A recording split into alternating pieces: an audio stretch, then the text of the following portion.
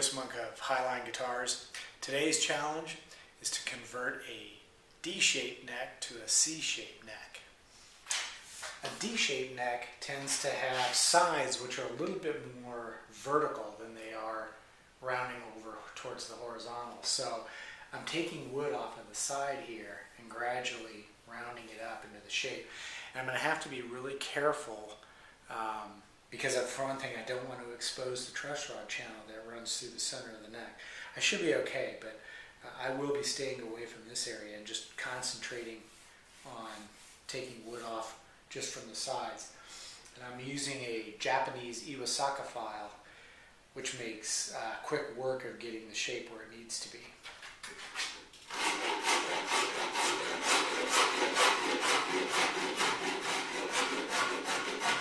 I have to be really careful about where it transitions over to the fretboard because, for one thing, I don't want to make the neck too thin right through here, widthwise, and there's also fiber optics which are in the fretboard, and I don't want to hit that with my file.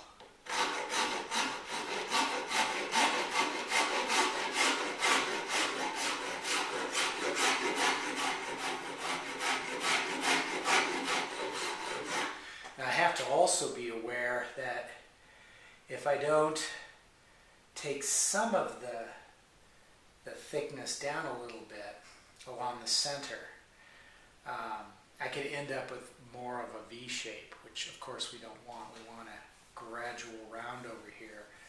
I just don't want it to be so vertical. And it comes down to feel more than anything else. One trick that you can do if you're trying to figure out how deep the truss rod is in the neck is right around about the first fret.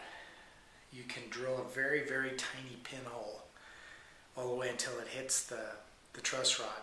Then you can kind of get an idea of how much wood you have here to work with. And you know, I hate to go below 1/8 of an inch of thickness there. It ends up making the neck too noodly.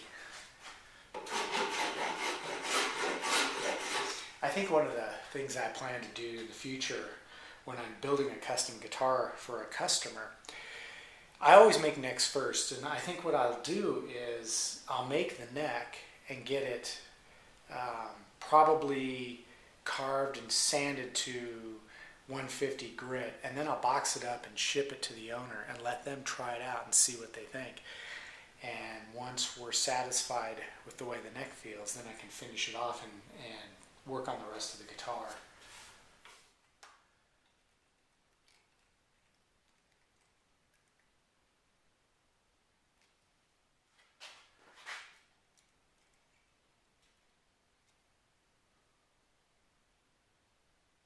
Okay, so now I'm going to use my sheet sander with 80 grit sandpaper to get rid of the tool marks. Then I'll go with 80 grit sanding by hand and work up through 100, 120, 150, 220, 320, and 400 grit. So it takes a little bit of time, but that's how you get a really nice smooth neck.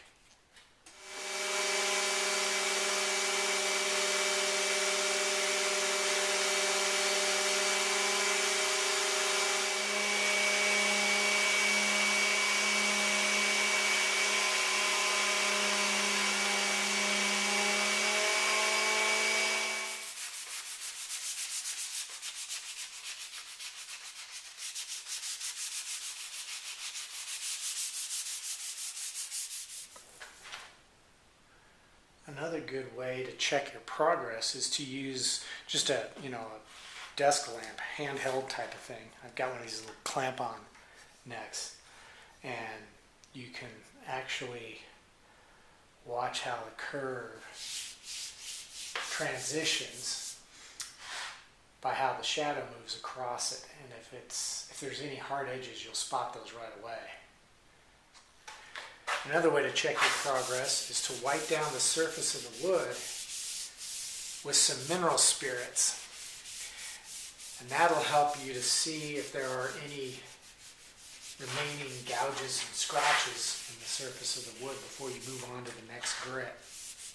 I've sanded this neck to 800 grit, and it's almost taken on kind of a satin sheen. That's how smooth the surface is. And now I'm ready to apply the finish. And the finish I like to use is Waco's teak oil. Teak oil is, there's nothing teak in it. It's just boiled linseed oil, solvents to make it penetrate, and then drying agents so that it will dry to a harder finish. I don't like to use nitro, I don't like to use polyester, and I don't like to use any kind of a clear coat that builds up a glossy finish, because necks with a glossy finish tend to feel sticky, especially when your hands get sweaty. So what I'm going to do is I'm just going to apply this, and the way I like to do that is I like to use 1000 grit wet dry sandpaper, and then all I have to do is apply some of it to the sandpaper and then just start sanding it in.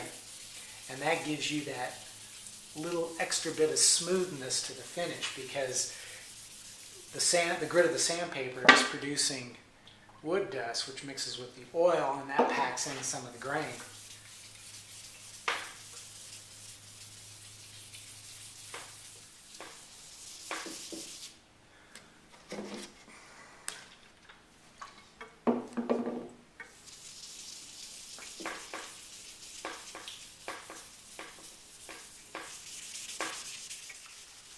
Now I'm just kind of buffing it out with a paper towel, just to get rid of some of that, a little bit of that excess oil on the surface.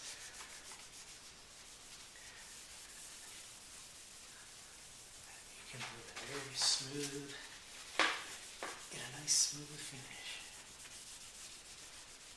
And it blends perfectly in with the original finish.